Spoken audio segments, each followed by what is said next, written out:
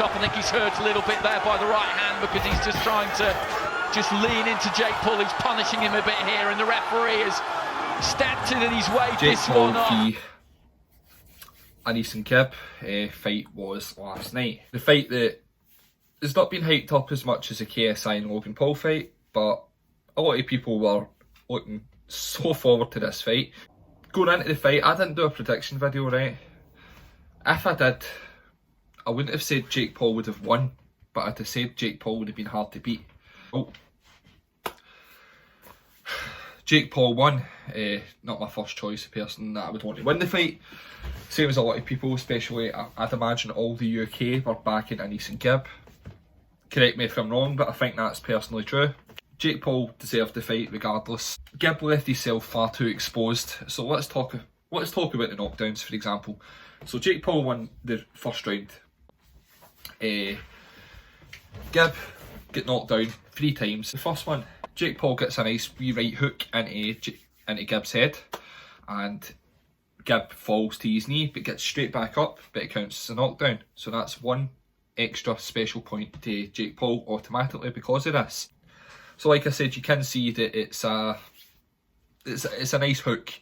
So that's what gets him down, catches Gib off guard because Gib is going in reckless. Listen, I think everyone expected Gib to be a bit reckless in his fight, but this was a bit reckless. I think the full having no head guards, being his first professional fight and so on, I think the full atmosphere has just got to him, personally, from my opinion. You could see that he was a bit breathless quite early on, which isn't naturally like Gib. I think it's just the intensity, the being nervous about the fight that's just completely took his stamina away from him inside his belly, because that does happen. So before there was any knockdowns, Gib actually slipped. I'll just put it up here as well again.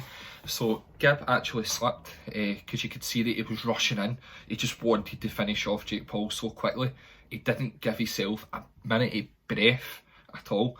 He didn't give himself a wee second just to recoup, analyse what's actually happening here, what Jake Paul was doing, because Jake Paul was sitting back and waiting because he's got a good reach on him.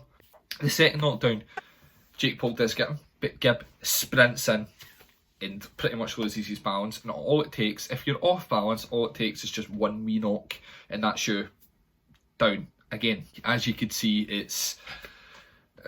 he rushed in again. I think the full thing's just got to him. Right, number 3 now, the final one. It was a good way to finish a fight personally, because it was a good hook. It caught him off guard with that big style. He got knocked a couple of times just before the final punch, because you could see that he was trying to grab onto Jake a wee bit, and he was trying to get himself back to consciousness because he was a bit dizzy and dazed, you could tell that. But then he still kept going anyway, and because of this, it left him open, and Jake managed to finish the fight. So credit to Jake Paul for that sense, because he deserved the fight, like I've said. But AnEsonGib, I think overall AnEsonGib could beat Jake Paul. Could beat Jake Paul if he was to get a rematch with him, which won't happen because I know that he's going to be fighting KSI, which, come on Team KSI, he will do this, by the way, because I think KSI is correct in saying this. Jake Paul will be a good fight for him, but Logan Paul was always going to be much harder than Jake, so if he can beat Logan Paul, he should be able to beat Jake. And for anyone thinking it's going to be in USA, no chance, because KSI is of course going to be hosting the fight, which means it'll be in the UK. But I'm looking forward to that. It's not been officially confirmed yet, but the guys have verbally spoke about it, so it will happen at some point. It could be the end of this year, it could be next year. We just need to wait and see when it gets decided it's going to be. And the talking point here is the Gib fight and the Jake Paul fight. Sorry, should I say the one fight that is. Gib done well, put himself in the ring there, sticky situation, first professional fight. I know it was Jake Paul's first professional fight, but Jake Paul really settled into the atmosphere and the nerves and stuff like that, being in the spotlight. He loves that, he thrives in that, so he wasn't nervous as much, looking to me, as what Gib was. Gib was definitely nervous because you could see that, like I said, he was just running into the fight, throwing everything he can, and he got Jake with good hits, but he just left himself far too exposed.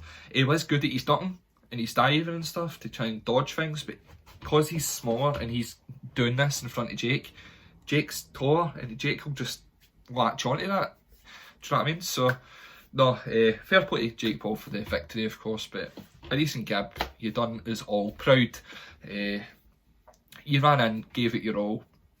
You learn from mistakes like that. Next time round, when you do get another professional fight, which you will, you'll know not to do that specifically again, just to analyse it a wee bit more.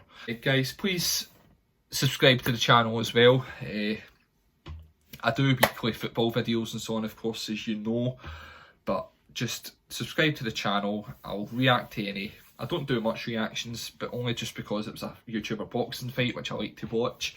I'll always do reactions on them, especially this KSI and Jake Paul one when it happens as well. Thank you.